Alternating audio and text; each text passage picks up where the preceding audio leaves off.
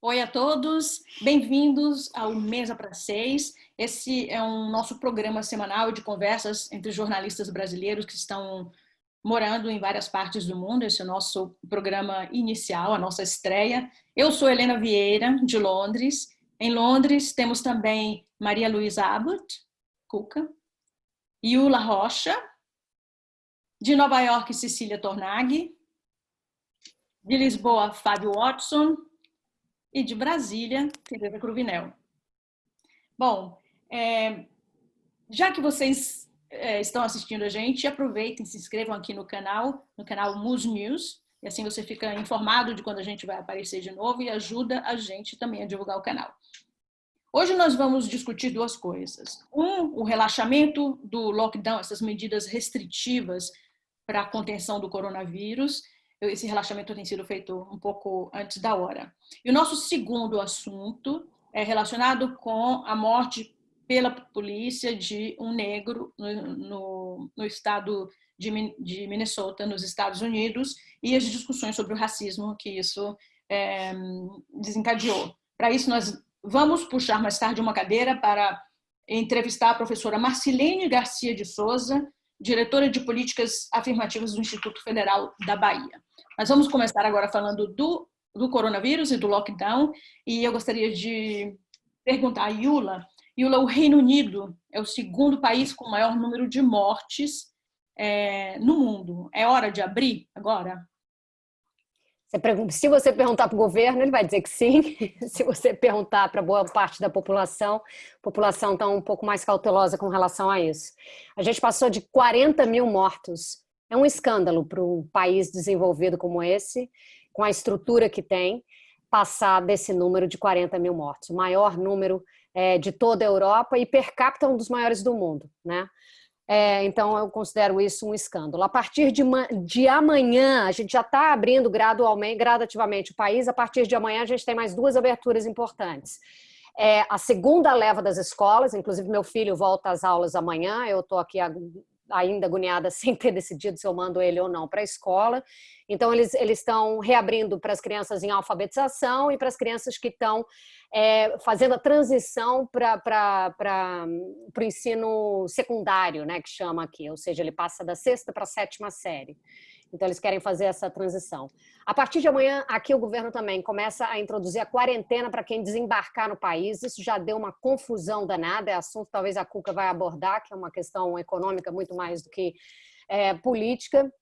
Uma pressão enorme das companhias aéreas para que isso não aconteça, mas tudo indica que a partir de amanhã vai acontecer. Então, 14 dias para quem embarcar aqui tem que ficar em isolamento, apesar de que não tem muito controle de se você chegou aqui, ninguém vai atrás de você para saber se você realmente está cumprindo essas regras de isolamento. E daí, a partir da semana que vem, a gente tem uma reabertura ainda maior, que daí abre todo o comércio não essencial.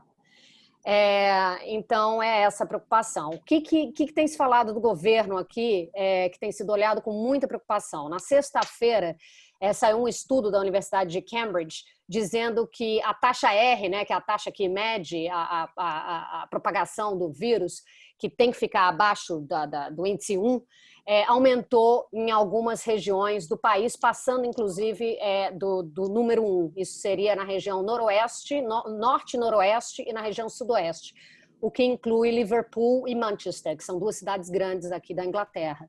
Os prefeitos estão muito bravos, eles falaram que eles estão absolutamente no escuro. Existe uma pressão enorme agora do Sindicato das Escolas para que as escolas não retomem as aulas amanhã, e eles não tiveram nenhuma informação do governo se essa taxa R está subindo ou não, porque o governo não está dando informações regionais.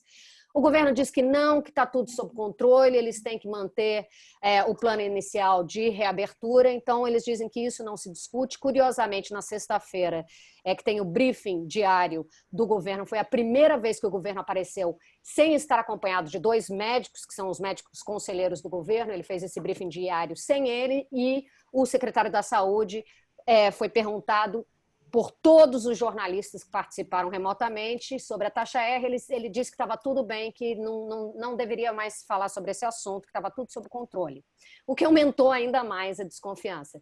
Então, só para eu finalizar, a gente vai retomar por que esse descrédito do governo e por que essa taxa ter chegado, esse número ter chegado, passado dos 40 mil mortos aqui, né?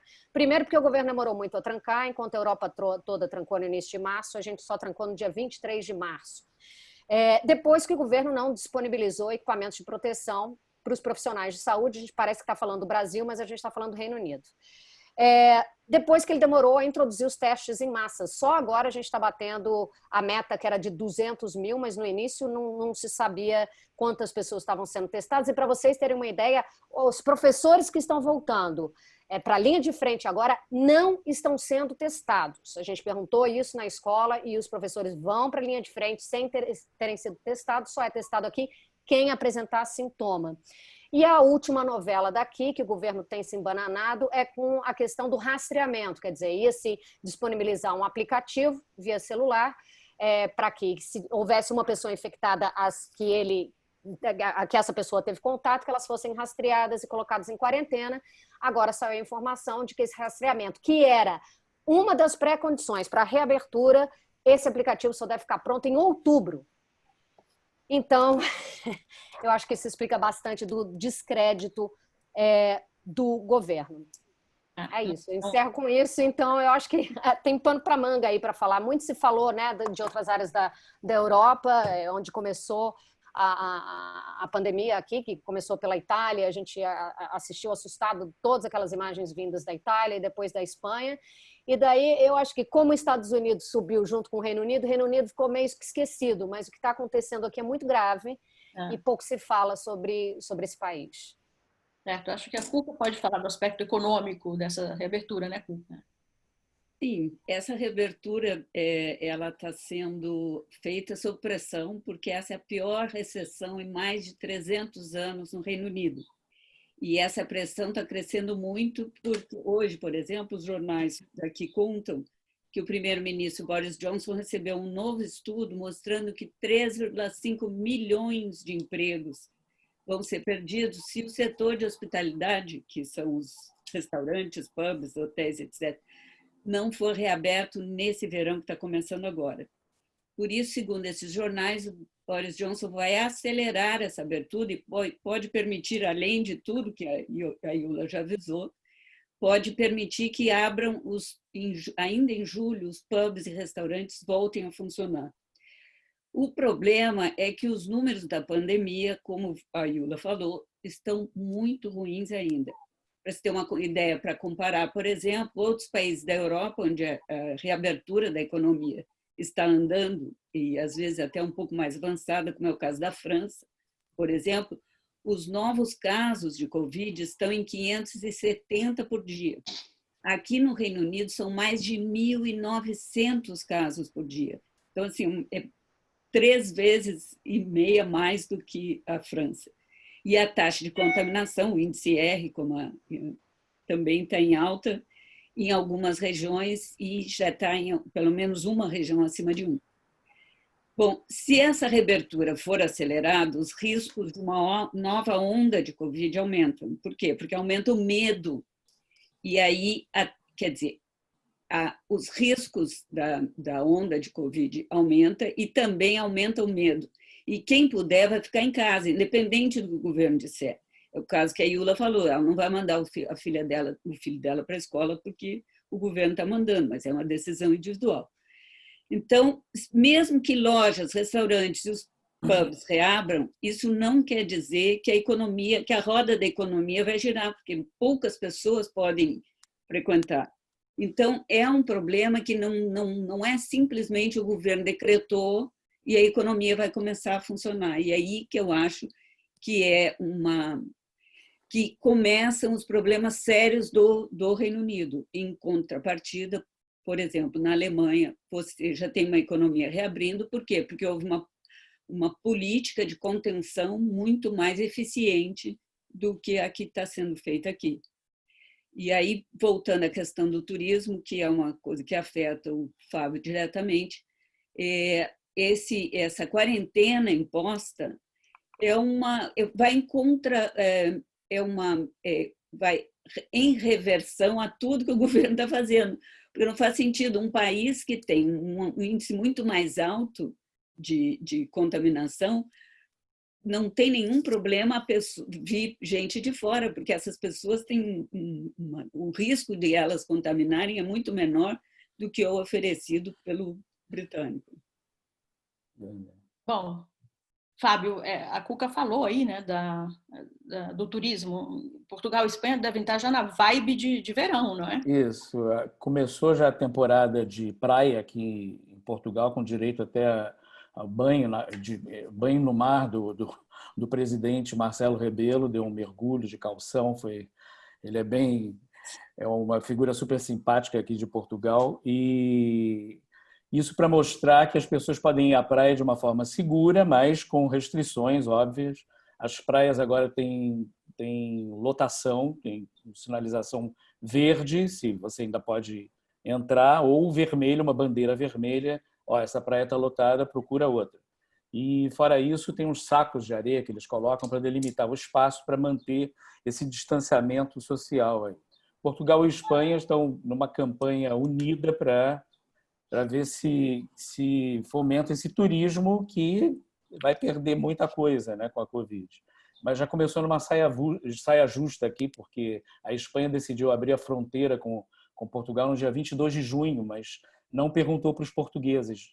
Aí os portugueses falaram: que é isso?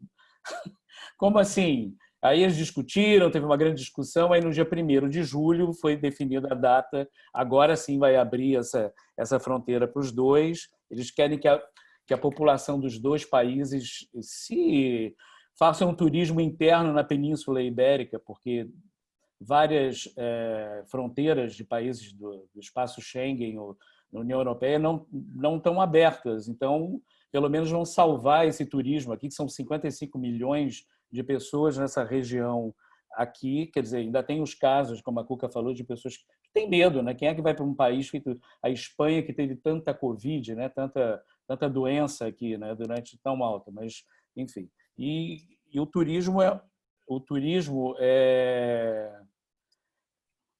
essencial. Eu vi que entrou aqui a Marcelene, vocês estão vendo isso? Não, né? A Marcelene é a nossa próxima convidada, mas daqui a pouco ela entra. O turismo é essencial aqui para a economia portuguesa, representa 10% do PIB português. É o turismo, 6% do PIB da Espanha. No ano passado, 83 milhões de turistas foram para a Espanha. Isso é um número enorme, né? Você ter assim, um exemplo do que é isso, esse tombo que vai ser no turismo. Portugal, não sei se vocês conhecem, as festas juninas de Portugal são famosas. No Brasil, quer dizer, tem festas juninas no Nordeste que só são comparadas aqui a Portugal. Sai todo mundo na rua. Santo Antônio, aqui em Lisboa, e São João, no Porto. As ruas ficam lotadas de gente. Lisboa vira um arraial, assim, grande arraial.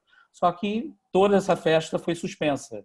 Não tem mais festa na rua. Então, o que isso representa para o turismo interno, isso aí é uma coisa que a gente vai ver que vai ser bem pesado. Agora, enquanto está se discutindo essa coisa de turismo, no Brasil o Bolsonaro está tentando esconder os números da Covid, né, Tereza? O que é a intenção dele? Olha, exatamente porque as autoridades sabem, né? Aliás, a autoridade sanitária, no caso do ministro da Saúde, é um general, né? Que foi efetivado agora como ministro da Saúde. Eles sabem que essa abertura e que toda a conduta do governo federal vai gerar um aumento ainda, assim, vertiginoso de mortes. Nós vamos ter no Brasil uma mortandade, né? Hoje a gente só está atrás do Reino Unido e dos Estados Unidos, né? Em terceiro lugar. Então, começar a esconder os números é exatamente uma vacina que eles querem se aplicar para não expor o tamanho da tragédia. Agora, além de ser uma posição, né, autoritária, a ética, etc., criticada ontem, inclusive, duramente, até pelo ministro Supremo, Gilmar Mendes, que disse que isso é coisa de país de governo totalitário, né?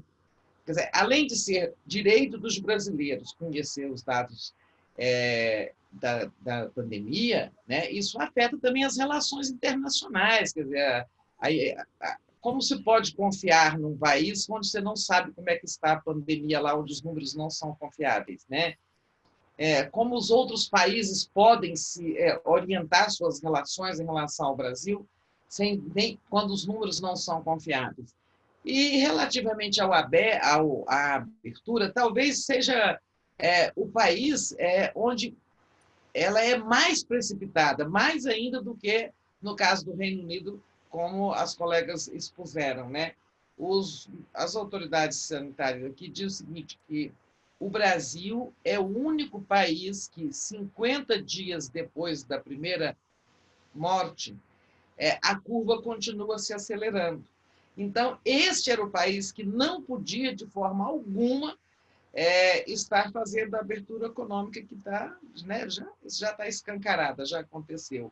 Essa taxa, esse índice R aí de propagação, o nosso continua alto, com a média de 1 para 1,14, né? Cada contaminado contaminando mais de uma pessoa, né? E junta-se a isso a manipulação dos dados. Então, o panorama aqui é desolador.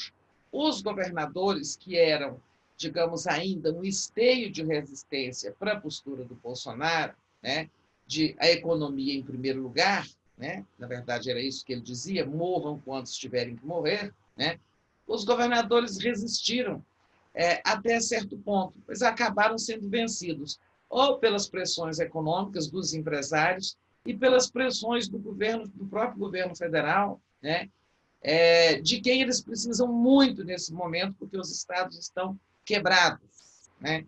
Eles, sem socorro financeiro da União, como aconteceu agora, um acordo com o Bolsonaro, nós não sabemos, assim, não há uma informação, mas é muito sintomático que, a partir da liberação do primeiro grande socorro da União aos estados, né, tem que pôr esse projeto que o Bolsonaro finalmente sancionou, agora, com 30 dias de atraso, né, são 60 bilhões dos estados e municípios, coincide que, exatamente na hora da liberação, a partir da liberação desses recursos, todos os estados começam a flexibilizar, né? Eles falam flexibilizar, mas, na verdade, é escancarar. Inclusive, o Dória, governador de São Paulo, onde a situação continua muito crítica, e estamos aí com tudo aberto. E embora isso não vá fazer a economia crescer, tem aglomeração demais, né? Todo mundo conhece no Rio de Janeiro, por exemplo, a região de Saara, de comércio popular. As ruas estão apinhadas. Aqui em Brasília, as superquadras comerciais que estavam desertas estão lotadas de gente circulando, né? Então, o que nós vamos ter aqui é uma tragédia de grandes proporções. Infelizmente, sim. Agora, Cecília, pulando para Nova York, eu imagino que esses protestos que estão acontecendo anti-racismo devem criar uma situação perigosa para a contaminação, para a pandemia, não? Nesse momento, a discussão já da pandemia quase sumiu. É impressionante, mas a discussão, enfim, enquanto os Estados Unidos continua sendo campeão de casos, campeão de mortes, o país inteiro abrindo, aqui é uma federação com muita autonomia dos estados, inclusive de várias cidades, então cada um define seu próprio formato, mas o fato é que o país inteiro, se olha o mapa de planos de abertura, são todos diminuindo as restrições, e 2 estados que já completamente retiraram todas as restrições, Alasca e Wisconsin. Então, o país já está considerando o coronavírus quase que no passado, e a questão da discussão da questão racial tomou um volume realmente que dessa vez pode ser que puxe alguma mudança real, porque eu acho que tem uns pontos interessantes. Teve nessa semana os números de desemprego nos Estados Unidos, que foi uma surpresa total para muitos, porque caiu o desemprego e aumentou muito o número de novas vagas. E aí eu falando, o lockdown diminuindo, etc, etc, e todo mundo achando, bom, isso vai dar um reforço ao presidente da República de retomar o discurso de que o que importa é a economia. Só que o fato é que não. Esse dado, então então tá, diminuiu um pouco, mas e daí? Não é esse o problema. Inclusive porque os dados mostram que o desemprego, se ele caiu entre os trabalhadores negros, aumentou. Então, para a comunidade negra, a coisa não está melhorando, está piorando. Então, você vê aquele vídeo pavoroso que todos no mundo inteiro pudemos assistir, que elevou a conversa para um outro nível, a ponto de que hoje você vê o Wall Street Journal, um jornal voltado à economia e finanças, onde a questão racial é a questão mais importante do jornal hoje. Você tem que andar até o fim da primeira página para ver uma manchete que não seja relacionada ou à pandemia ou à questão racial. Você tem um jovem, uma criança negra com um Black Lives Matter na mão, como capa do Wall Street Journal. Para mim, isso tem um significado muito grande de para onde esse discurso, para onde essa discussão está indo nos Estados Unidos e o que é que nesse momento está importando. As pessoas estão falando, realmente, existe uma pandemia, é uma questão, as pessoas, na sua maior parte, estão indo para os protestos com máscara, estão tentando ao máximo, mas o fato é que chegou a um ponto que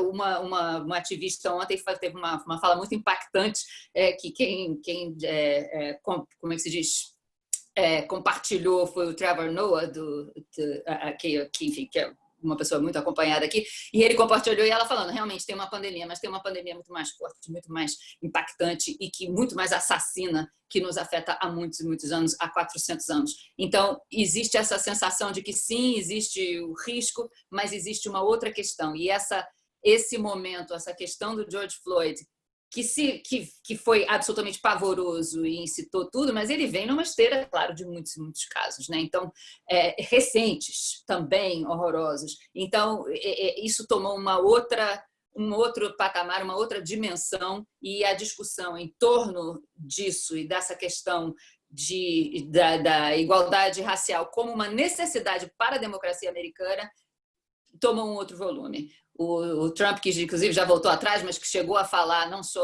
atacou para os protestos pacíficos em frente à Casa Branca para fazer uma foto, digamos que... Tá? Enfim, ele mesmo já retirou a Guarda Nacional de Washington, então a coisa, ele mesmo está recebendo o recado, até o Trump acho que está recebendo esse recado, a questão da igualdade racial, como uma questão que é fundamental para a pandemia, para a democracia, tomou um outro patamar aqui, e aí para onde isso vai nos levar, a gente ainda não sabe, mas possivelmente elevou a discussão.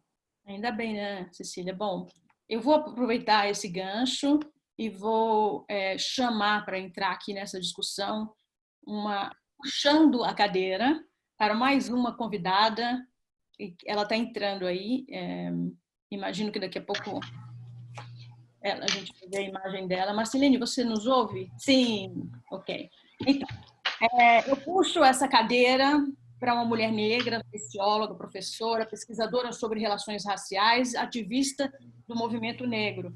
Ela é diretora de políticas afirmativas do Instituto Federal da Bahia, como eu falei antes, e vai ajudar a gente a entender o que esses protestos significam para o Brasil, num país em que muitas pessoas ainda acreditam no mito da democracia racial, né? Marcelene Garcia de Souza é doutora em Sociologia pela Universidade Estadual Paulista, e eu já falei que ela agora é diretora do IFBA, né? Marilene, a gente não está vendo sua imagem direito. Se você puder... Abaixa a aba do computador um pouco. Abaixa a aba do computador, exato. Eu agora? Isso, perfeito. Ótimo. Marilene, muitíssimo obrigada. Obrigada a você. Aceitar fazer parte da nossa mesa hoje. Eu queria começar com a questão do menino Murilo, um menino de 5 anos, que caiu do 9º andar do prédio da patroa da mãe dele. Para você, essa tragédia exemplifica as nuances do racismo brasileira? Bom, acho que obrigada, viu, pela participação, pelo convite, uma honra estar nessa oportunidade.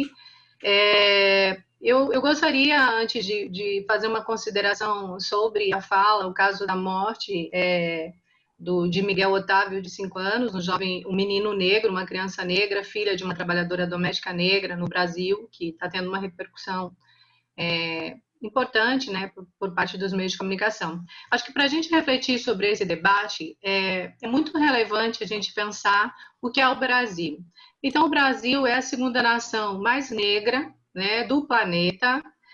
Nós temos 54% de negros, sendo que aqui no Brasil a identificação das categorias utilizadas para identificar as pessoas negras são pretos e pardos, sendo que a maioria dessas pessoas negras, portanto, são pardas. Importante enfatizar que, no contexto da história do Brasil, de mais de 350 anos de escravização, de uma abolição que a gente chama de uma abolição inconclusa, em que o Estado institucionaliza a escravização, mas não vai construir políticas para promover igualdade, né, para a população negra de fato. Nós temos uma história ainda muito nefasta, né, que quando a gente pensa os impactos e os efeitos da escravização na nossa realidade, ainda hoje, que traduz na morte dessa criança, que também seja o fato de que nesse pós-abolição, no Brasil, né, eu estou falando de prática do Estado, portanto, institucionalizou-se, né, a ideia de democracia racial, e eu acho que isso é um cerne para a gente entender os vários debates e as questões que giram em torno dos conflitos raciais. Eu estou chamando desse conceito de conflitos raciais no Brasil, justamente porque no pós-abolição o Estado vai institucionalizar a ideia de democracia racial muito forte, com isso a ideologia do branqueamento e a positivação da ideia da mestiçagem. Eu estou falando desse tripé para que a gente possa compreender como que o Estado vai agindo também institucionalmente, sobretudo a partir das escolas, da nossa educação, que vai favorecendo o que o professor Kabengele Munanga diz, que no Brasil o racismo é um crime perfeito, porque na medida em que há décadas nós temos indicadores que mostram as formas de controle do Estado, em todos os segmentos sociais não há efetivamente que negros e brancos sejam tratados com igualdade. Estou falando de desigualdades sociais e também desigualdades simbólicas. E eu também queria abrir assim, a nossa reflexão para falar do Brasil, também citando uma mulher negra muito importante para nós, que é Sueli Carneiro, que é filósofa, é uma ativista dos direitos das mulheres, e que ela vai dizer que no Brasil se produziu uma das formas mais perversas de racismo que existe no mundo. Então, a gente está falando de um racismo altamente sofisticado e perverso. Nesse sentido, eu gostaria de refletir sobre esse contexto da morte do Miguel Otávio, né, que sua mãe é Mirtes Renata. Importante refletir sobre a escravização e o Brasil hoje também, porque são justamente as mulheres negras, principalmente as mulheres negras no Brasil, que são as trabalhadoras domésticas, que muito recentemente teve um PEC das domésticas, mas que a gente sabe os impactos disso. Pelo menos 30% delas, elas não são registradas. E se a gente fosse falar do sul do Brasil, do sudeste ao nordeste, a forma de remuneração dessas mulheres se traduz numa forma de uma exploração perversa na quantidade de horas, nos casos de assédio moral, de assédio sexual, enfim. Mas para enfatizar ainda, viu, gente, desculpa, eu sou socióloga e eu vou fazendo um rodeio aqui enorme. Que no Brasil, a primeira morte que nós tivemos por Covid-19 foi por quem? Uma trabalhadora doméstica. Então, ela foi obrigada, né, a ter que trabalhar, sabendo que os patrões, né, que, entre aspas, eles tiveram a doença, e ela foi o nosso primeiro caso de morte. Isso é muito simbólico para a gente pensar as relações de trabalho no Brasil, as relações de trabalho com a população negra e especialmente as mulheres negras. Então, eu queria enfatizar isso, a história do Brasil, dessas mulheres negras que foram amas de leite, que cuidaram dessas crianças negras brancas, né, as crianças brancas no período da escravização, e que no pós-abolição elas foram submetidas também a uma situação de inserção no mundo do trabalho subalternizada, e especialmente na área de serviços, e destacadamente são as trabalhadoras domésticas no país, né? Então, nós vamos ter aí esse cenário que traduz o que é o Brasil, do ponto de vista da sua história escravocrata, desses resquícios da Casa Grande, né? Estou usando aqui entre aspas, aquele contexto em que a gente pensa de uma mulher branca, né? Que simbolicamente no Brasil ainda ela é loira, né? Que há um signo, inclusive, sobre a imagem, né, dela, que está com a manicure, ou seja, uma outra trabalhadora também nessa área, que o cuidado com a não criança negra, né? Então, a gente precisa pensar também nesse significado histórico do que seja uma criança negra no Brasil, desde as chacinas, que historicamente a gente vai observando que envolve crianças, né? Então, crianças no Brasil, aí tem vários casos, como a própria Ágata, que a gente pode falar de outra criança que foi assassinada pelo Estado, mas que essa história triste, ela traduz muito, muito, muito do que a gente poderia falar aqui da senzala e Casa Grande, fazendo uma metáfora aí com o livro do Gilberto Freire, que foi um dos grandes utilizados justamente para justificar, né, e para construir essa ideia de democracia racial, né? A ideia do cachorro, por exemplo, a gente precisa refletir também sobre isso e como que, esses animais de estimação, por vezes, são tratados, enfim, quase como filhos, né? Eu colocar aqui entre aspas, né? A criança negra, né? Então, essa representação construída sobre o que é a criança negra. Então, o caso realmente, para a gente, é muito chocante, e sobretudo quando a mãe só descobre, né, que caiu uma pessoa do prédio, quer dizer, o porteiro avisa, caiu alguém e ela foi ver o filho. A pessoa não se deu cuidado. E por que o cuidado? O cuidado com quem? Então, essas representações são importantes, né? Como é que se tratam as vidas negras no país, especialmente quando a gente pensa o contexto da nossa história, né, que é de negação do racismo, que é de reforço ao mito da democracia racial e que é desprezo, né, sobre a contribuição, a importância da população negra na construção deste país, mas é um desprezo pelas vidas negras. Marcelene, muito obrigada por essa sua resposta. Muita coisa para a gente pensar. O Fábio gostaria de Não, eu queria só... eu não sei se eu posso interromper, eu só estou com uma dificuldade, gente, peço desculpa, eu não estou vendo vocês, eu não sei se o que eu fiz de errado aqui. Mas, Marcelene, você falou da PEC das domésticas, eu lembrei que o Bolsonaro foi o único deputado que votou contra a PEC das domésticas. Enfim, e pegando isso, eu queria saber quais são as maiores dificuldades de trabalho como o seu em ações afirmativas, né? Qual é o trabalho atualmente no Brasil? Quais são as maiores dificuldades que esse tipo de trabalho está enfrentando agora no Brasil com o governo de extrema-direita no Brasil? Fábio, vamos ter para a Marcelene. Marcelene, acho que é porque você minimizou a sua tela. Maximiza de novo, que aí nós vamos aparecer.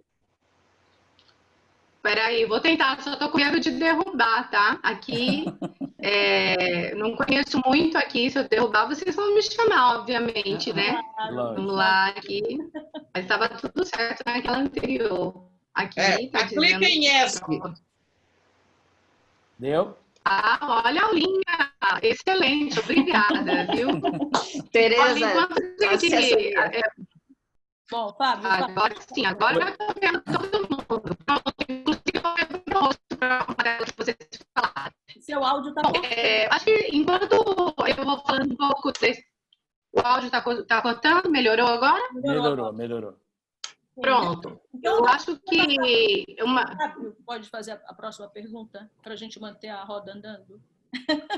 Vou vendo. Pois não. Acho que a trajetória, ele falou um pouco, né, sobre as ações afirmativas no perfil de pesquisadora, né? Nós tivemos aí, eu acho que um avanço muito importante nos últimos 15 anos, que foi a institucionalização das ações afirmativas por meio de cotas raciais, seja nas universidades públicas, mas também nos concursos públicos, que inclusive é uma área que eu me dedico a estudar, que foi meu doutorado, e também nós temos cotas raciais no ProUni, né, que são pelas universidades privadas. Então, nós tivemos um salto significativo de 2,2% de 2000 para 9,3% em 2017, sendo que agora há um cenário aí de uma última pesquisa que fala de 30%. Alguns ativistas acabam refutando e acreditam que não há essa presença tão significativa de negros nas universidades. É preciso considerar também que no ProUni entraram muitos negros, né, nessas instituições particulares. Na verdade, então, acho que a trajetória de eu que venho de uma história também de família negra... Marceline, pois não? Você poderia... Eu acho que talvez se você tirasse o seu headphone, talvez melhorasse o áudio, porque às vezes... Veja aí se melhorou. Melhorou? Vamos fazer um teste. Melhorou? E talvez você também ficar mais próximo do seu computador, vamos experimentar? É só porque você está falando coisas muito, muito importantes. Como está agora? Melhorou. Agora, Tá aqui. Tenta falar que aí a gente vai ver como vai ficar. Porque está dando só uma interferência. Editar, né? Que ótimo. Pronto. Você quer que eu volte e tudo? Como é que... Não. Pode continuar o raciocínio. Pronto. Tá melhor agora? Ele vai e volta, né? Mas É instável. Ok. Eu acho que então, nós estamos vivendo um outro cenário no país, sim, nesses últimos 15 anos, depois eu problematizo a atual conjuntura, em que nunca nas universidades pesquisaram, houveram pesquisas sobre relações raciais com a quantidade que teve, especialmente na educação, mas nós tivemos um avanço no direito, também na área de comunicação, né, para a população negra.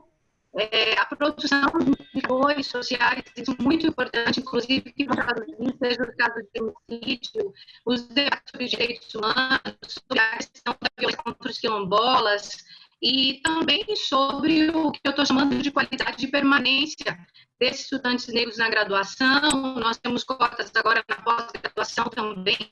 Isso vai impactando a participação da população negra como docente também nas universidades, porque é algo extremamente importante a participação da população negra como docente nas universidades públicas. Nós tínhamos dados de 2002, se eu não me engano, do professor José Jorge de Carvalho, de Brasília, que mostrava o estresse racial nas universidades. Ele apontava dados de 98% dos professores nas universidades públicas eram professores brancos, o que ele chamaria de uma realidade de Suíça, né? Isso do ponto de vista mesmo, né, que a gente está chamando de qualidade da educação, refletia uma educação voltada para estratos sociais, né, brancos e brancos de classe média. E sim, a gente teve um pois não. Marcilene, a gente não está te ouvindo muito bem.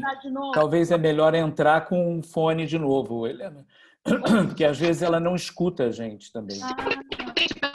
Eu acho que a conexão dela está muito instável, que bom mesmo seria ela fazer outra conexão. Pelo celular, você falou que podia fazer, né? Entrar e sair de novo, ver se é possível. Imagina, não é entrar e sair. Tudo bem. Você encerra você sai da live, né? Isso aí. E entra com... Ela já saiu. Enquanto ela entra, ela estava mencionando... Eu queria fazer um paralelo aqui. Fala, Tereza. Enquanto ela entra, tá? Sobre manifestações. Que a Cecília, quando ela estava falando dos Estados Unidos, que nem se fala em pandemia mais, que agora é tudo questão racial, né? Hoje teve manifestações em Brasília, cedo, né, contra o governo, contra o racismo, pela democracia, contra golpe, e vão ter manifestações à tarde. Eu não sei se nós vamos caminhar nesse sentido, sabe? Mas acho, também já se falou menos de pandemia, É claro que aqui a questão racial talvez não tenha tanta força, mas a questão da democracia pode cumprir o mesmo papel que a questão racial nos Estados Unidos. Então, agendas que se sobrepõem à pandemia. Né? Aqui, o Movimento Negro no Rio de Janeiro está chamando para uma nova manifestação essa tarde. Eu estou monitorando aqui para ver, enfim, o que acontece de longe, infelizmente, mas porque eles estão chamando exatamente para tentar levantar essa pauta, porque ainda existe, é o que ela falou, essa confluência da questão social e racial, que acaba que tem menos, como aqui o negro é classe média, na sua maior parte, tem um apoio muito maior do resto da sociedade, enquanto que no Rio de Janeiro o apoio ainda anda meio capenga, né? E sendo que aqui tem a questão democrática, a ameaça de golpe. Então, ela vai competir com a questão racial, embora elas estejam aqui em Brasília de manhã, as duas pautas tenham estado juntas, né? Mas elas tendem a ser, ou elas marcharam juntas, né? Mas é o mesmo movimento de suplantar a agenda da pandemia. Temos nossa convidada de volta. Só que ela acho que não está ouvindo. Mas ela voltou. A gente não te ouve, Marcelene. Ouve a gente, Marcelene? Não estamos te ouvindo. Não estamos te ouvindo. Não te ouvimos. Será que tem Acho que está frisado. Apareceu para você entrar com áudio da internet ou coisa parecida? Ela não ouviu. Tem ali em cima. Não está ouvindo o áudio. Não sei, o celular é diferente. O celular é diferente. Vamos esperar para você resolver. Um ponto que a Marcelene mencionou sobre essa confluência de diferentes significados da questão do menino Miguel, que é uma situação horrorosa. O Instituto Marielle Franco tem no Instagram deles uma coisa muito bonita que uma pessoa fez com essa. Não, a gente ainda não te ouve, Marcelene, que faz essa relação exatamente dessa multitudinidade, sei lá o que, de significados dessa morte, né? A manicure, a empregada, o cachorro, é realmente impressionante. Sim. Então, todos os componentes estão. Né? A manifestação. Você é funcionária da prefeitura, né? Você paga por dias da prefeitura, ainda por cima. Estou acompanhando uma coisa que eu não sei se eu ouvi direito. As manifestações de hoje de manhã já tiveram também a questão do protesto contra o racismo no Brasil, é isso? Deixa eu falar aqui para a Marcelene. Será que ela está nos ouvindo? Eu acho que o símbolo de microfone, Marcelene, está com aquela barra de interromper, ficar mudo. Veja se isso embaixo na sua... A imagem dela está congelada. Está congelada. Ela está com Você tem o WhatsApp dela? Mesmo. Tenho, estou com ela aqui no WhatsApp no programa. Peraí que ela mandou uma mensagem. Isso, ela deve estar falando uma coisa. Agora ela descongelou. Será que a gente... Está conectando o áudio, pronto. Ouvindo a gente, Marcelene? Pelo notebook deu algum problema agora. Eu acho que agora vai dar certo. Está perfeito agora, estamos te ouvindo. Eu tive que dar um curso e também aconteceu isso. Salvador não está fácil, não. Pronto, desculpa, gente. É que eu não sei usar muito o Zoom, não. Eu uso muito o Meet aqui. Legal. Não, mas não tem problema. Então, você estava desenvolvendo sua ideia, pode continuar. Tá.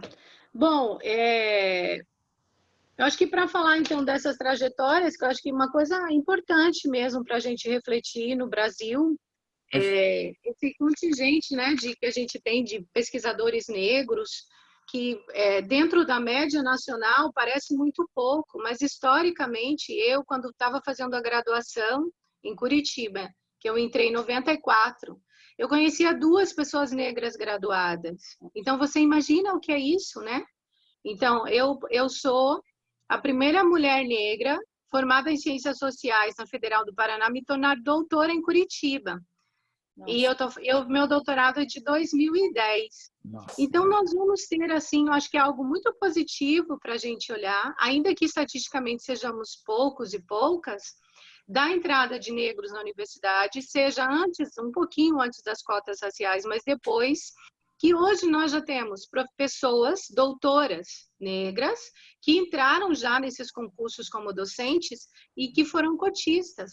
E mais interessante, que é uma realidade, por exemplo, que eu chego a ficar arrepiada, é de perceber que algumas dessas docentes ou docentes homens, eles também foram aprovados por cotas raciais. Então, a gente vai tendo gradativamente, né, situações que vão mostrando o impacto, que, na minha opinião, as cotas raciais elas são absolutamente revolucionárias, porque elas asseguram a vaga, a reserva, e aquelas pessoas que têm talento, elas vão ocupar. Obviamente, tem muitos desafios, vocês devem saber, no Brasil, seja nas universidades federais ou pelo ProUni, nós não temos tido historicamente fiscalização. Então, eu tenho estudado isso, sistematizado pesquisas quantitativas e qualitativas, que têm demonstrado que onde não há banca de heteroidentificação para aferir a autodeclaração dessas pessoas negras que optam por cotas raciais, tem 40% de fraudes. Então, 40% das vagas destinadas à população negra, portanto, os pretos e pardos, portanto, aqueles que portam traços fenotípicos negroides, portanto, aqueles que são sujeitos de direito porque estão passíveis a serem discriminados, inclusive a serem humilhados dentro das lojas ou serem assassinados pela polícia, enfim. Essas pessoas estão perdendo suas vagas, porque outras estão usurpando, e são pessoas brancas. E você poderia dizer, professora, será que essas pessoas brancas estavam confusas? Se elas são ou não são negras, eventualmente elas acham que são pardas? Dos casos de sindicância que eu tenho acompanhado no Brasil, especialmente região sul, sudeste e aqui no nordeste, essas pessoas se parecem com pessoas brancas de Blumenau, em Santa Catarina. Então, a gente tem uma situação que tem a ver com a estrutura das relações raciais no Brasil, que é o trato dado à população negra, e aí nós temos que falar da questão ética e moral sobre a história deste país. É o compromisso com a história de injustiça com a população negra e também com os povos indígenas, obviamente.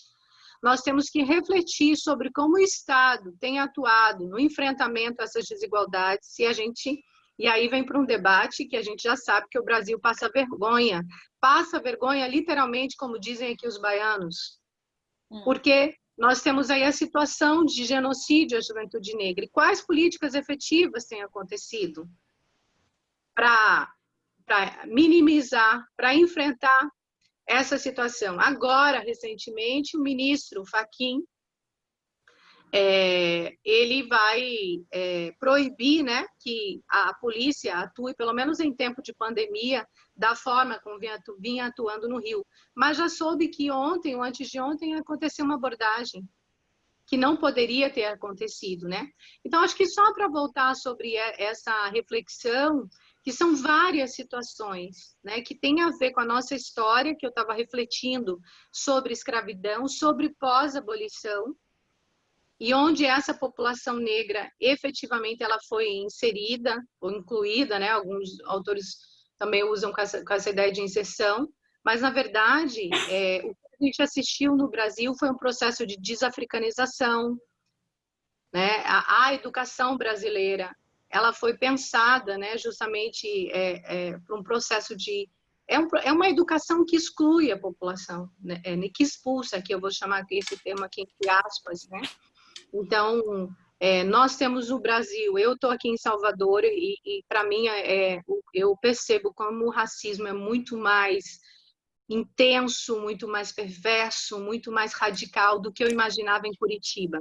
E olha que lá nós temos skinheads, porque o Paraná tem uma organização do movimento skinheads forte, eu estudei inclusive isso, fiz uma pesquisa sobre skinheads no Paraná, como tem em São Paulo, né, o tal dos carecas do Brasil e outras regiões.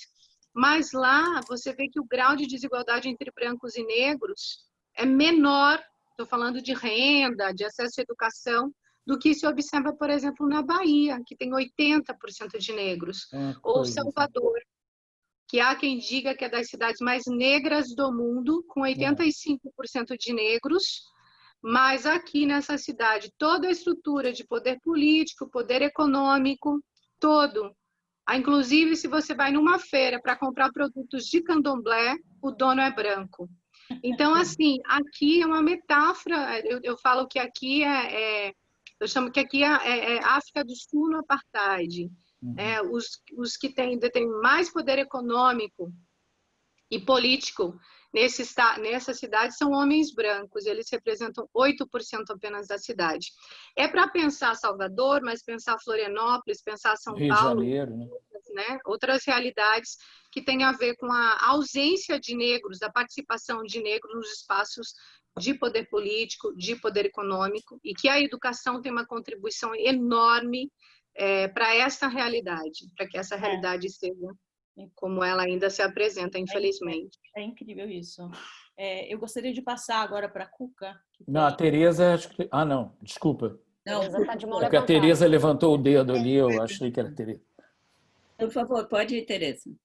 Nada faz, mas rapidamente, professora, é o seguinte, toda essa insurgência desse momento parte da questão lá do assassinato de George Floyd, de violência policial contra negros. Aqui no Brasil, 75% dos assassinatos cometidos pela polícia têm negros como vítimas. Nos Estados Unidos, essa taxa é de 24%. É muito menor.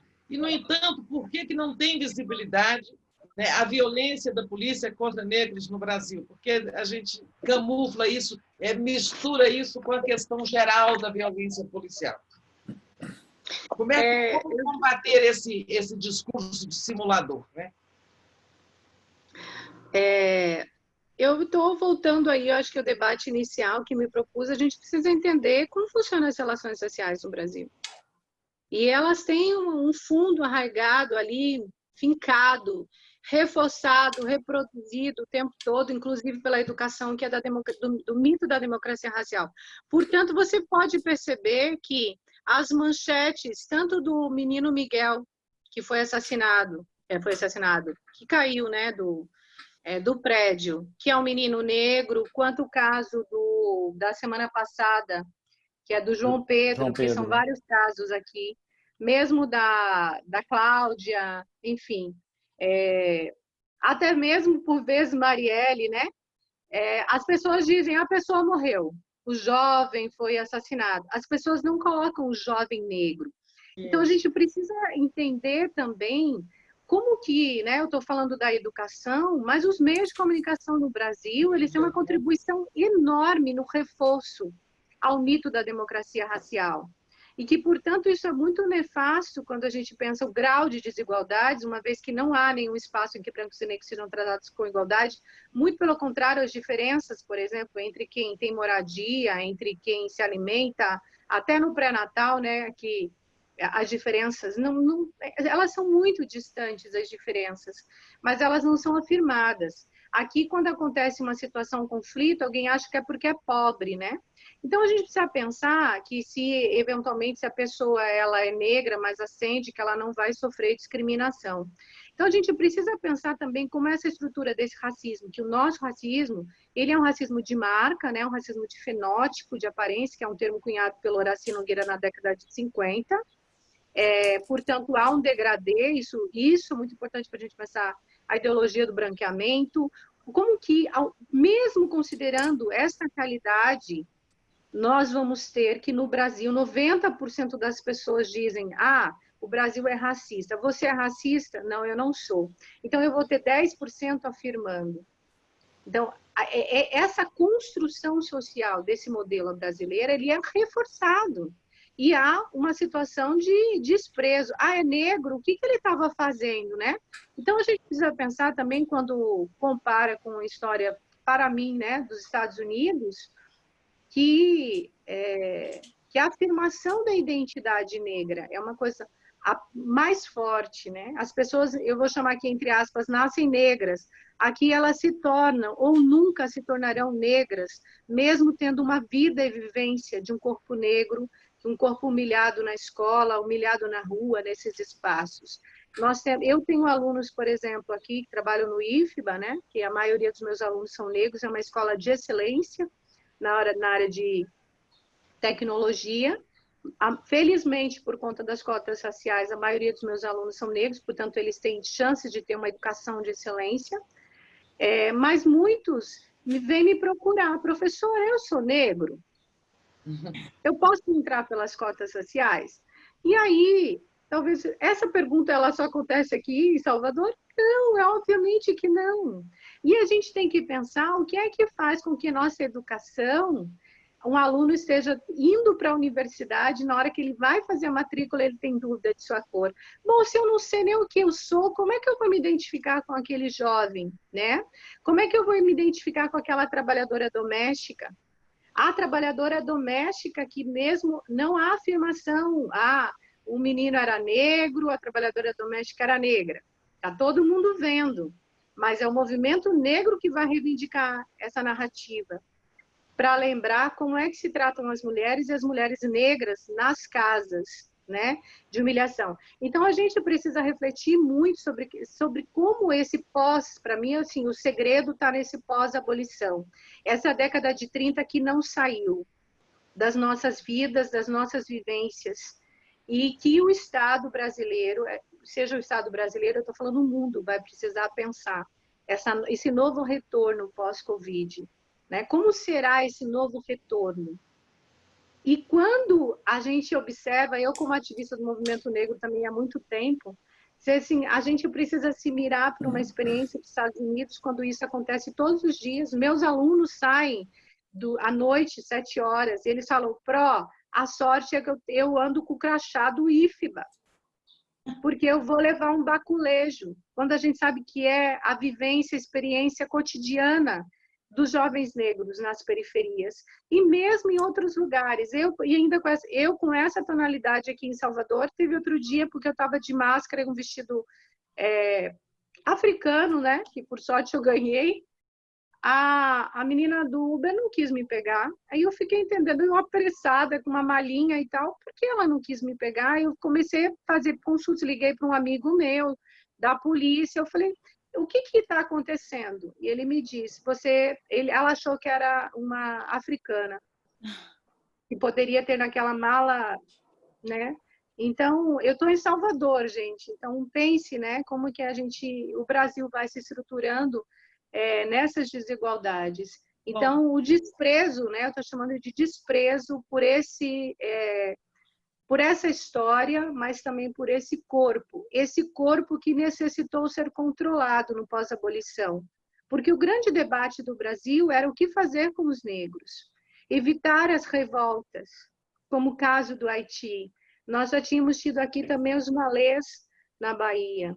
Então, também a forma de disciplinar, e por isso eu estou reforçando a ideia de democracia racial, como que ela, ainda que algumas pessoas reconheçam a academia, alguns discursos, né, de pessoas que têm possibilidade de uma melhor compreensão da realidade, mas também a mudança se dá muito em graus diferenciados.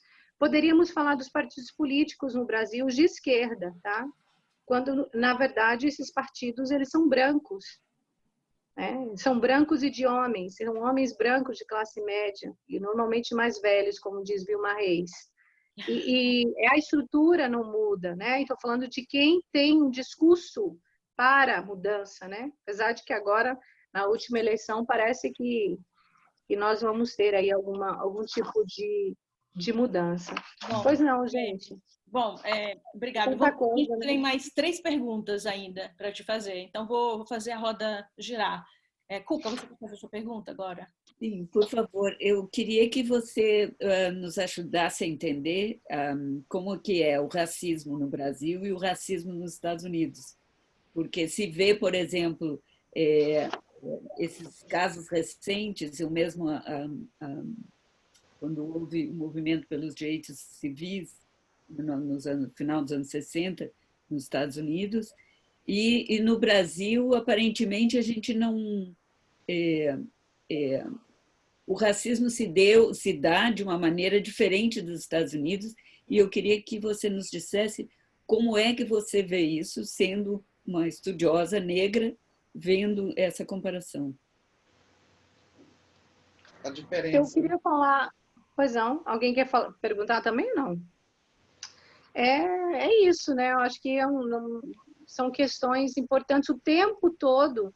as pessoas estão refletindo aqui no Brasil sobre isso, de pensar por que nos Estados Unidos é assim, por que aqui não é, se nós somos a segunda nação mais negra, por que as vidas negras importam mais lá do que os negros que morrem aqui nas nossas ruas, seja pela violência policial ou pela negligência do Estado.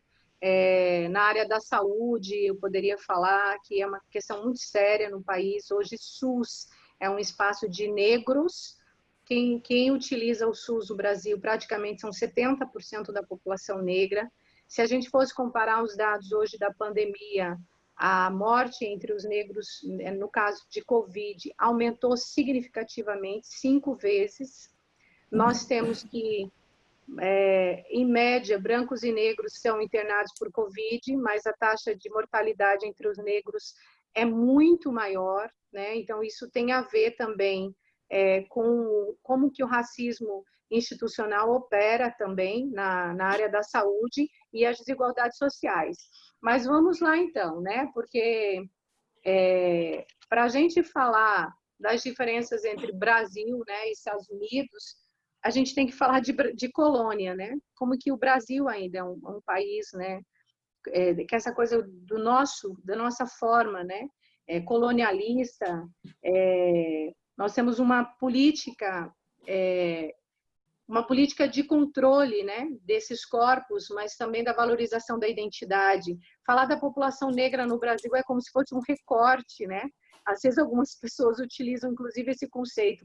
Vou fazer um recorte racial. Nós não somos um recorte, né? Nós somos a segunda nação mais negra do planeta. A gente precisa refletir muito sobre isso, assim como somos a maioria, né? Do caso de nós mulheres, né? Então, o Brasil vive essa vergonha, e não é uma vergonha atual, ela é uma vergonha histórica.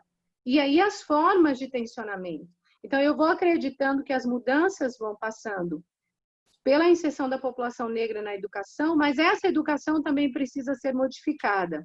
E aí a gente tem que refletir que hoje no Brasil, desde 2003, na verdade, tem a Lei 10.639, que é uma lei que obriga o ensino de História da Cultura Africana nas escolas, e a gente sabe efetivamente que era para mudar, né, os rumos dessa educação, e que essa lei é uma lei federal que altera a LDB e que tem muitos e muitos desafios, né, para que essa lei seja implementada. Hoje, em 2020, brancos se envolveram na luta, e aí eu queria pensar aqui no Brasil, tá, gente? Porque nas redes sociais nós vamos ter a mobilização das organizações negras, de negros, nós vamos ver movimento também de brancos, como nos Estados Unidos, como aqui no Brasil. Para mim, no caso da história dos Estados Unidos, a gente está falando de algo fundamental na construção política e educacional do país, que tem a ver com a ideia de cidadania, tem a ver com uma apreensão sobre a importância da Constituição, dos pactos. E aqui não, né? Então, se hoje nós temos, por impacto desse caso nos Estados Unidos, pessoas brancas também se mobilizando, é algo também importante de se rever que, no caso do Brasil, segundo Cida Bento, que é uma estudiosa sobre branquitude e branqueamento, do CERT de São Paulo, a população branca aqui no Brasil, ela vive num pacto de silêncio, de sua situação de vantagens e privilégios. Inclusive, o caso dessa trabalhadora doméstica que teve o filho, enfim, né, que morreu por conta de descuido da patroa, é um caso que tem feito outras mulheres brancas refletirem sobre sua situação, com a sua trabalhadora doméstica negra, porque não é registrada, porque fica num quartinho, que mal tem uma ventilação, porque tem um banheiro separado, porque não come na mesa com elas. E porque os seus filhos sequer vêm nas suas casas, porque elas não permitem. E uma novidade que também fazendo campo, que aqui na Bahia e muito em Salvador, que muitos prédios feitos pelos melhores arquitetos, o chuveiro da trabalhadora doméstica é frio, né? Então, assim, a gente está falando dessa realidade aí no Brasil. Então, o impacto desse movimento nos Estados Unidos, eu acredito que eu espero, né, que provoque uma ruptura importante aqui no Brasil, justamente porque se nos Estados Unidos o processo de racialização se dá cedo, na medida que as pessoas compreendem o que é ser negro e os brancos sabem o que são brancos, aqui não. Aqui nós vamos ter pessoas posteriormente pensando sobre a sua branquitude e pensando sobre sua negritude. Os brancos no Brasil não são racializados. Os brancos aqui, eles são o padrão do ser humano. E as cotas raciais que vão, em certa medida, fazendo com que essa população branca pense sobre o seu processo, de dizer, eu sou um branco nessa sociedade e qual a minha responsabilidade. Não sei se eu estou fazendo uma leitura muito positiva sobre a realidade americana, no sentido da afirmação dessa identidade negra, né? Que é muito diferente do país, quando as pessoas negras, por vezes, descobrem que são negras, quando alguém tropeça e diz, negro, você não me viu, né? Você não vê onde anda. Então, esses são desafios importantes para a gente pensar o Brasil e os Estados Unidos. O reforço à democracia racial, para mim, é a questão mais singular que a gente tem quando pensa Brasil e Estados Unidos. Se lá é diferentes, mas iguais, na nossa realidade, o discurso nós somos iguais. Né? Então, a ideia do povo brasileiro, né, que foi constituída a partir dessa ideia da mestiçagem, então nós somos uma nação brasileira. Esse discurso, por exemplo, foi muito presente na aprovação das cotas raciais, de que aqui não havia negros, aqui todos são descendentes de europeus, de brancos indígenas, que nós estaríamos criando ódio racial, que nós estaríamos copiando uma sociedade americana, portanto, dessa ideia de ter negros e brancos. E veja que o nosso racismo, ele é de fenótipo, ele é de aparência, ele não é de origem, porque se nesse caso, né, a maioria da população negra estaria incluída. E aqui não, né? Então, os pardos, né, essa categoria parda do IBGE, ela vai se diluindo, muitos destes não têm sentimento de pertença do seu grupo negro. O movimento negro tem feito um esforço, e inclusive tem se traduzido nos indicadores do IBGE, que mostram que aumentou o número de pretos e pardos no Brasil, e que isso tem uma relação direta com também o impacto dessas ações afirmativas, né? Então, acho que eu gostaria de fazer a reflexão por essa perspectiva, né? Que é de afirmação de identidade e de reconhecimento de que você ali naquela sociedade é um sujeito negro, que numa sociedade racista, aqui as pessoas se diluem, né? Elas hipoteticamente se acham morenas. E em algum momento, quando elas se afirmam como negras, elas começam a perceber e participar do processo de tensionamento das mudanças, seja na educação, seja no mundo do trabalho, que é um debate enorme para a gente fazer no país. Hoje, no hall das 200 maiores empresas brasileiras, a gente já sabe que os executivos são brancos, é quase 98%. Onde é que estão os negros? Né? Inclusive, em São Paulo, eu fiz uma pesquisa interessante sobre as empresas que prestam serviço para a Prefeitura de São Paulo. Então, elas não têm diversidade, né? Que é algo, por exemplo, se a gente comparar com a história dos Estados Unidos, né? As ações afirmativas, há quanto tempo, essa questão da valorização da diversidade de gênero, de raça, no mundo do trabalho, e nós estamos aqui, ó, discutindo, e você vai em qualquer empresa, seja aqui em Salvador ou em Florianópolis, você vai ver um retrato de uma empresa que onde os negros estão de forma representativa são nos serviços de limpeza, né? Então, são debates que a gente precisa enfrentar. Marcelene, vamos rodar um pouquinho agora a Jula. Gostaria de fazer uma pergunta, não? Não, na verdade, a minha pergunta pega carona no que ela acabou de falar sobre a questão da responsabilidade dos brancos. E normalmente a gente discute a questão racial no Brasil sempre sobre a questão, a questão dos negros e não dos brancos. E essa semana eu estava ouvindo um podcast que me interessou, que eu achei interessante, de uma autora negra britânica, daqui jovem, ela chama Renée Lodge, e ela falou que não existe nada pior quando perguntam para ela, quando brancos perguntam para ela, o que a gente pode fazer para ajudar vocês. E ela falou que ela tem vontade de virar as costas e ir embora, porque você já trata num patamar do paternalismo, de você ajudar o outro, como se fosse uma coisa superior, de uma raça superior ajudando aos outros. Então, eu queria trazer para você essa pergunta. Por que a gente não traz para o debate a responsabilidade dos brancos, ao invés de ficar debatendo fazer aos negros? Eu vou voltar a Cida Bento, mas tem outras autoras importantes que discutem branquitude no Brasil, que é falar desse pacto de silêncio mesmo, da população branca em relação à sua situação de privilégios e vantagens, né, que ela chama de impacto narcísico, que acho que é o título, inclusive, da tese de doutorado dela, da gente falar de uma sociedade que vai sendo construída também a partir mesmo de uma lógica que reproduz o sistema escravocrata nas relações de mando e de obediência. Então, quando eu vejo aqui em Salvador, que para mim é chocante, porque Curitiba parecia algo mais comum, né? Porque a população negra lá é 20%, de você ver poucas pessoas se colocando como brancas numa mesa para um debate. De dizer, olha, eu como branco, sabendo que sou privilegiado, eu como branco, podendo estar nesse espaço, gostaria de indicar uma mulher negra ou um homem negro, né? Enfim, e assim por diante. Então, esse pacto de silêncio, ele precisa ser observado. A gente está falando de manutenção do status quo. O debate sobre as cotas raciais mostrou isso. O discurso dos anticotas era muito parecido com o discurso dos que não queriam a abolição da escravidão no Brasil.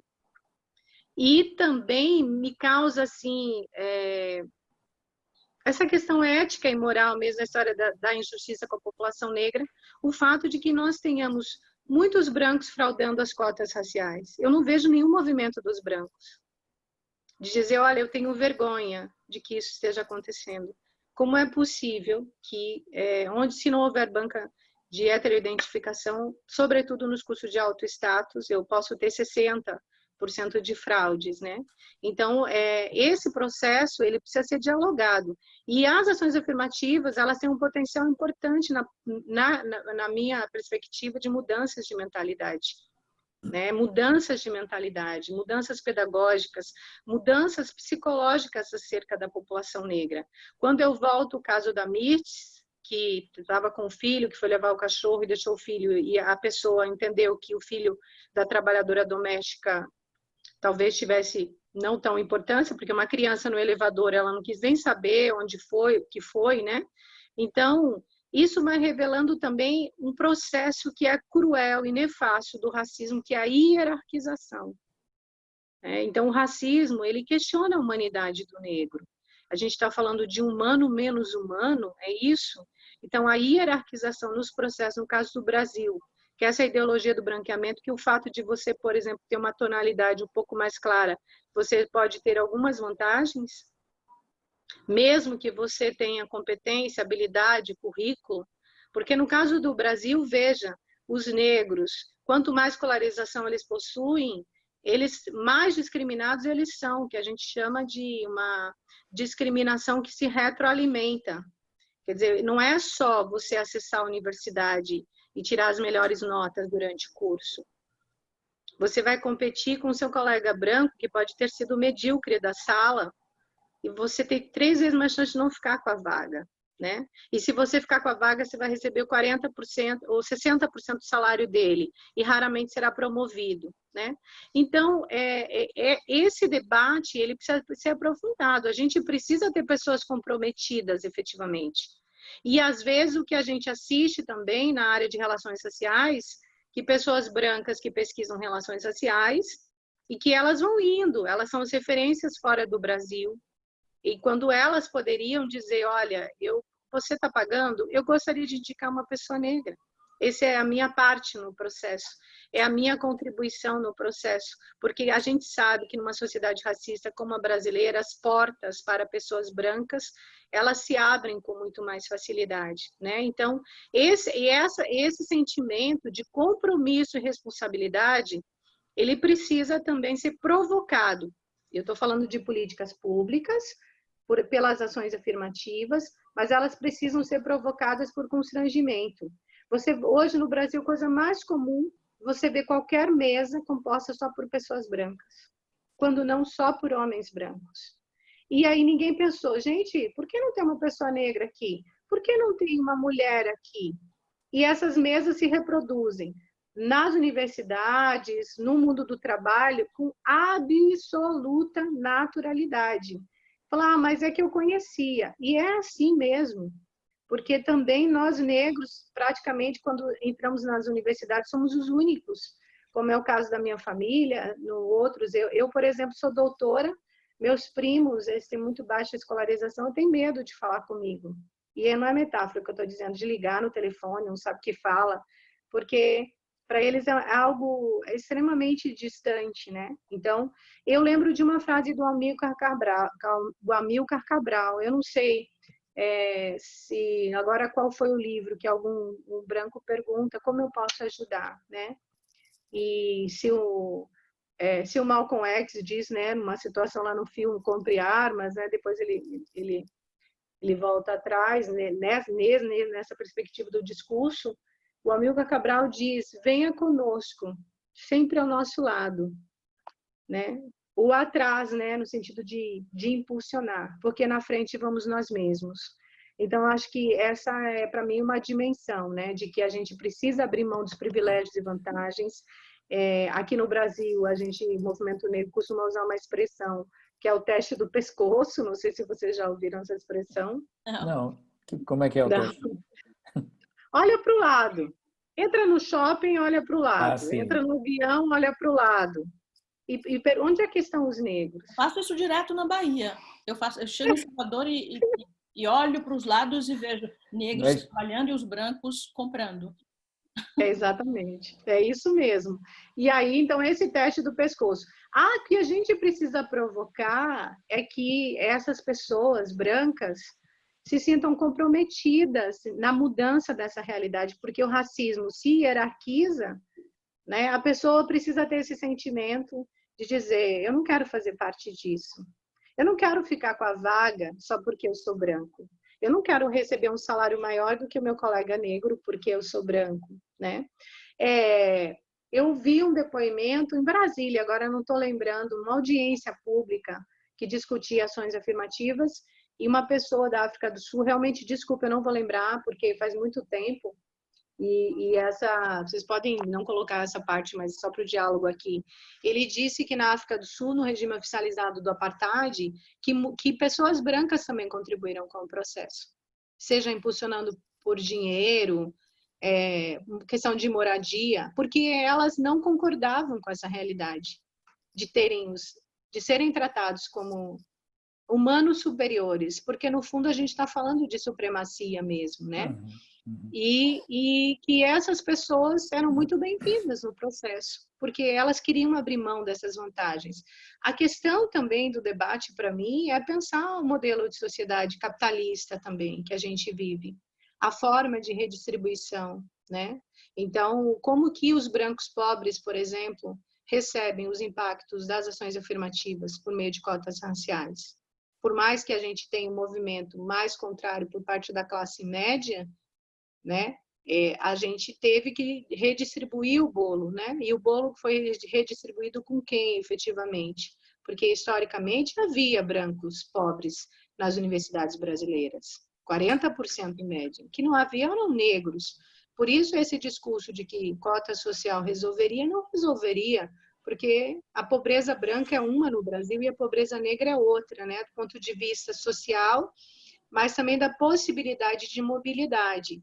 Então, eu gostaria, sim, às vezes eu fico provocando os meus colegas brancos, porque eu estou num departamento, por exemplo, em Salvador, que eu sou a única negra, quer dizer, eu vim de Curitiba, era assim, eu cheguei em Salvador, a realidade continuou, né? De dizer, cadê o movimento de vocês brancos? Entende? Porque é legal que você venha participar do nosso movimento, mas e o movimento de vocês? De não queremos privilégios. Mas, né? Marcilene, você trabalha muito com jovem. Você acha que a cabeça do jovem está mudando em relação a isso? Dos jovens? Muito, muito, vendo uma muito. mudança? Acho que muito interessante esse debate. Eu fiz minha dissertação de mestrado sobre o movimento hip hop, que acho que tem que olhar também essa herança daí dos Estados Unidos, né, que chega aqui no Brasil na década de 90, sobretudo a partir de São Paulo. Mas Curitiba, por exemplo, em 2000, uma efervescência do movimento hip hop, e eram jovens negros de periferia falando contra a violência policial, discutindo racismo, e era lá, jovens semi-alfabetizados, né? Mas e os jovens brancos? Seus alunos brancos também já. participavam do movimento. Lá em Curitiba, sim. O movimento também de jovens brancos, com a discussão de enfrentamento à violência policial, de valorização. Eles tinham lá o 5P, né? Ao invés de 4P, tinha o 5, que é o quinto elemento, era questão social. Então, de problematizar as questões da periferia, a ausência de políticas públicas, e não eram pessoas que dominavam conceitos. Isso foi uma experiência fantástica, porque eles falavam do mercado, mas eles não tinham noção qual era a ideia, o que era esse sistema, o que era esse mercado, né? Então, assim, muito revolucionária a ação do movimento hip hop nas periferias do Brasil, e ainda é hoje, mas em Salvador, do que eu observo, é assim, a maioria, assim, 98% dos meus alunos negros, eles têm cabelo crespo, têm cabelo para cima, né? Uhum. Então, tem uma questão do movimento de empoderamento crespo, né? O marcha do cabelo crespo, de valorização dessa estética negra, que aparentemente pode servir, enfim, a algum mercado, em algum nicho de mercado, mas nós estamos falando de política, porque o racismo, ele afeta o nosso corpo negro, ou seja, no sentido dos nossos traços fenotípicos. Então, eu tenho jovens, por exemplo, muito mais altivos, com aquele black para cima. Então, a questão também das mídias, das redes sociais, isso é muito importante, das blogueiras, que eles estão super antenados e antenadas.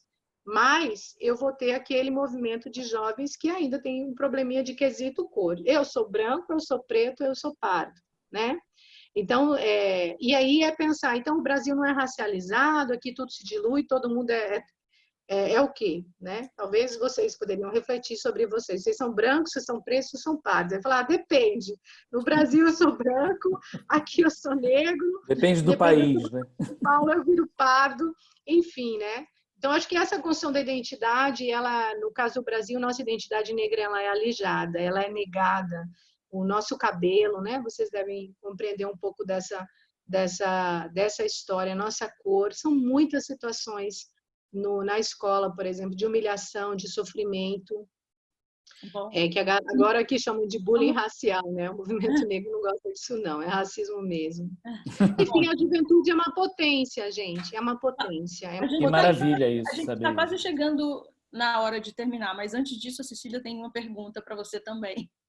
Na verdade, você já falou tanto que eu já estou aqui, uma inspiração total.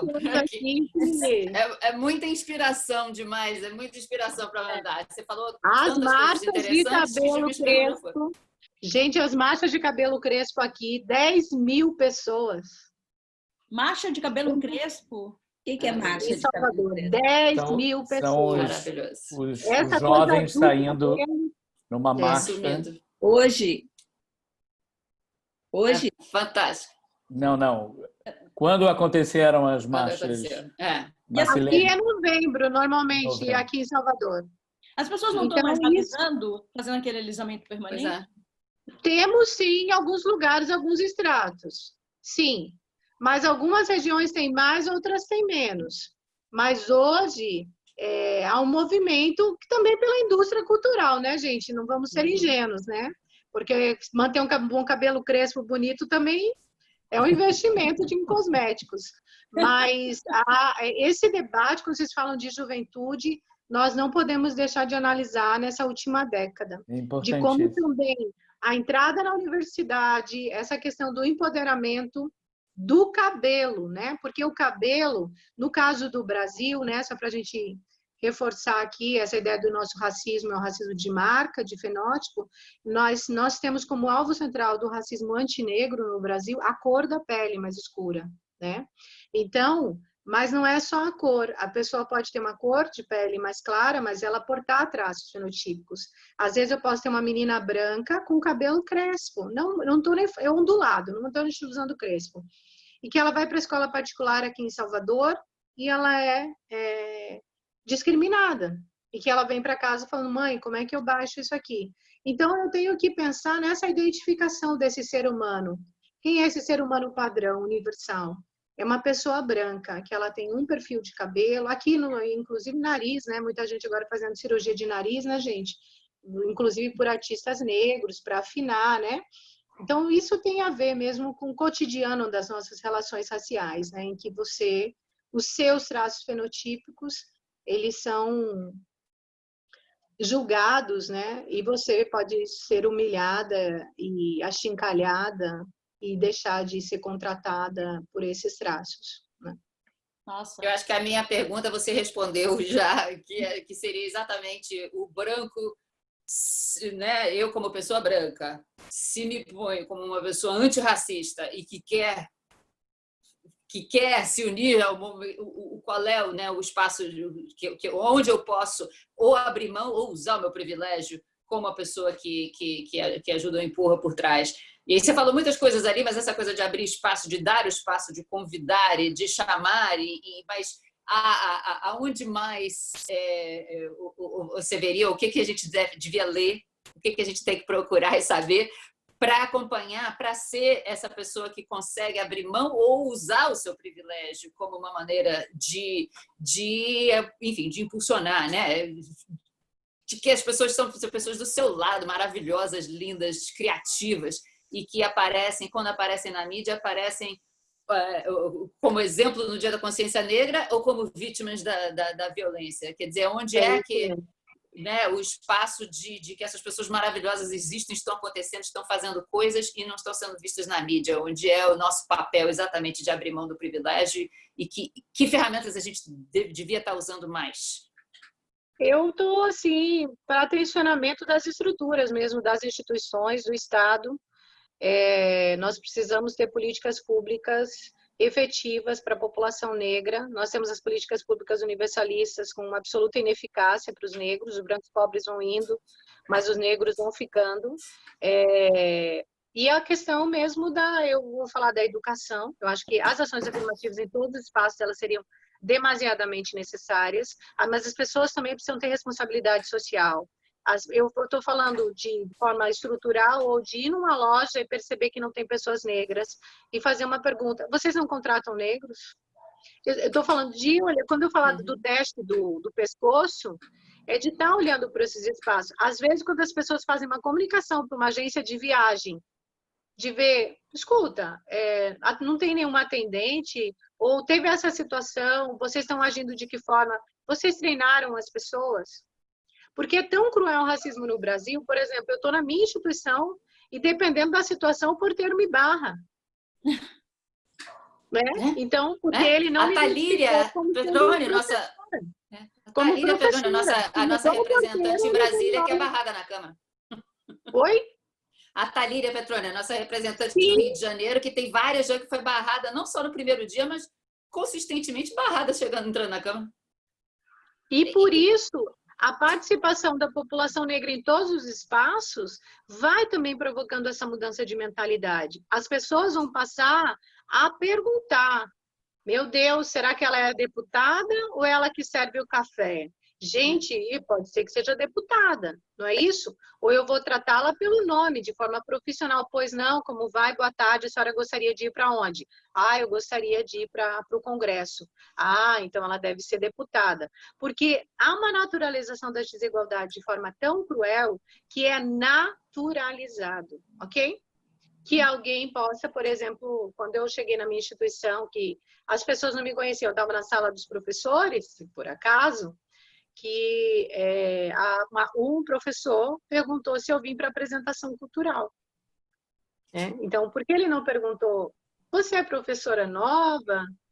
Nunca te vi por aqui, você chegou no IFBA. Faz lá um rodeio qualquer, né? Então, boa tarde, tudo bem, tudo bem. Você veio para a apresentação cultural?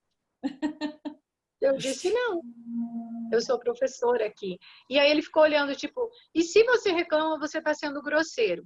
Então, esse lugar, né, do negro, esse lugar do branco, e esse lugar no protesto também. Porque como é que esse protesto negro é encarado? Né? Então, quando muitas vezes você tem no Brasil, vocês devem saber disso, né? Que a pessoa é sua amiga, mas ela é sua amiga, mas ela fala para você, você não é negra, você é morena. Então, assim, por que a sua amiga vai dizer para você uma coisa diferente do que você está dizendo que você é? Aí tem uma autora que ela diz, porque ela não quer ter uma amiga negra, entende? Então, não, imagina, não é isso. Tá, e por que então você não quer que eu seja negra?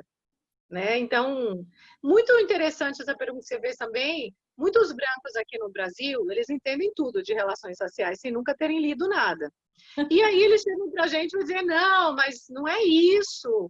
Então, assim, de enxergar, de minimizar a situação de humilhação e sofrimento que você sofre, né? De achar que foi uma brincadeira, né? Então, isso é muito comum na nossa relação, na nossa cultura. E essa ideia de que você não pode estar protestando e contestando. O ouvido dessa pessoa tem que ser um ouvido atento para dizer, nossa, eu vou prestar atenção agora. Você pode me corrigir? Como eu poderia melhorar? Né? Então, acho que tem questões que, para mim, o conceito de branquitude, né? Que eu falei de Cida Bento, tem aqui o Lourenço, tem Priscila Elizabeth da Silva, tem outras autoras, autores e autoras, né, que têm refletido sobre branquitude e branquitude no Brasil. A gente precisa também compreender o que fez com que as pessoas brancas no Brasil fossem assim, né? O que a naturalização dessas desigualdades, desse processo de hierarquização, e que agora, como eu te falei, algumas pessoas estão falando, meu Deus, será que eu não estou tendo uma relação muito escravagista com a minha trabalhadora doméstica? Pô, você há 15, 20 anos, agora que você veio perguntar isso, porque houve o caso que dos Estados Unidos, que agora o caso do menino Miguel. É muito interessante isso, né? É a naturalização. Eu estou trabalhando com isso. É desprezo, omissão, silêncio, invisibilidade e naturalização. Né? Marcelene, muito, muito obrigada. Eu não consigo expressar como foi ótima essa conversa. Eu acho que bom. Isso, né? Foi muito esclarecedora e de repente a gente vai te convidar outras vezes. E aí, assim, eu até peço desculpas também, porque as perguntas foram, né, alargadas aqui, e eu estava usando aqui o laptop, mas se tiver algumas situações que sejam do mundo do trabalho, exatamente, se vocês quiserem problematizar, que é uma coisa muito cruel no Brasil, porque entre um branco e um negro, a vaga é do branco. Se o negro tem um currículo uma vez melhor, a vaga é do branco. O negro um currículo 2 vezes melhor, a vaga é do branco. 3 vezes melhor, a vaga será dele. Mas ele recebe 60% do salário do branco. Então, também essa dimensão que você está falando de branquitude, de privilégio, você imaginar que as empresas, você sendo branca, você tem já 3 vezes mais chance de ficar com a vaga. Quer dizer, é algo ali que está muito naturalizado. Que impacto simbólico, psicológico tem isso na cabeça de uma pessoa branca? De saber que ela pode, que ela estará, que ela tem expectativa de estar, que ela vai se formar e vai entrar numa grande empresa, que vai isso e aquilo. E para nós negros, em geral, é serviço público, quando a gente acredita que vai ter, né, essa questão de mais mobilidade, né, de inserção, na verdade. Bom, é isso. Muitíssimo obrigada. O nosso programa, infelizmente, tem que terminar, o tempo. Tá certo. Obrigada a todo mundo. A gente conversou, nosso grupo de jornalistas brasileiros que estão em várias cidades do mundo, Fábio Hodgson, de Lisboa, Maria Luísa Abbott, de Londres, Cecília Tornag, de Nova York, Iula Rocha, de Londres, Tereza Cruvinel, de Brasília, e a nossa convidada especial hoje, a professora Marcelene Garcia, do IFBA, Instituto Federal da Bahia. Muito obrigada, e eu lembro a vocês, por favor, se inscrevam no nosso canal, apertem no sininho aqui embaixo, que é para vocês ficarem sabendo quando a gente tiver outros vídeos e para ajudar a gente também a divulgar o canal. Muito obrigada!